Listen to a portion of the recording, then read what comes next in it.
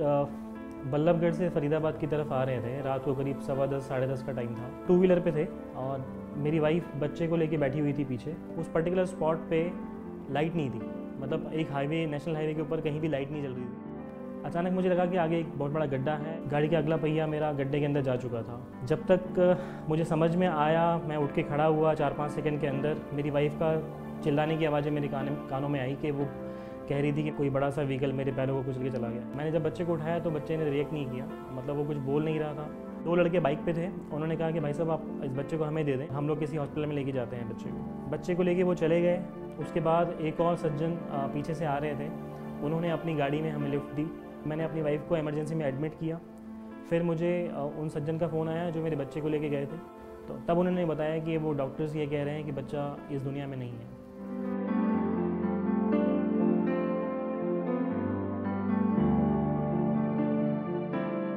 तो मेरी वाइफ ने मुझसे पूछा जब मैं उनसे मिला कि बच्चा कैसा है। मैंने कहा कि उसको भी थोड़ी चोटें लगी हैं।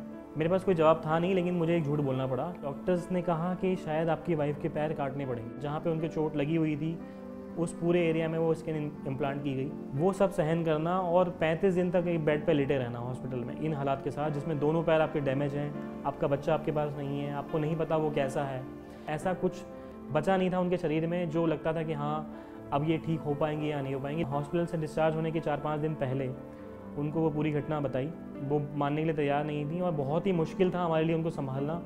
मिडिल क्लास फैमिली से बिलोंग करता हूँ और कोई सोचता भी नहीं है कि आपका इतना बड़ा खर्चा एक एक्सीडेंट में यूज़ होने वाला है। मुझे पता चला कि ये रोड लाइट्स करीब 4-5 महीने से नहीं जल रही। गड्ढा तो कभी भी हो सकता है और उसको भरा क्यों नहीं गया, मतलब टाइम लगेगा उसको भर देते, या वहाँ पे लाइट होती, यहाँ पे कोई साइन बोर्ड होता, चाहे वो अथॉरिटी हो, चाहे वो एक सिंगल इंडिविजुअल हो या वो एक ग्रुप ऑफ अथॉरिटी हो, जो भी हो, उनके खिलाफ एक कठोर से कठोर नियम बनने चाहिए और उनको सख्त सख्त सज़ा मिलनी चाहिए।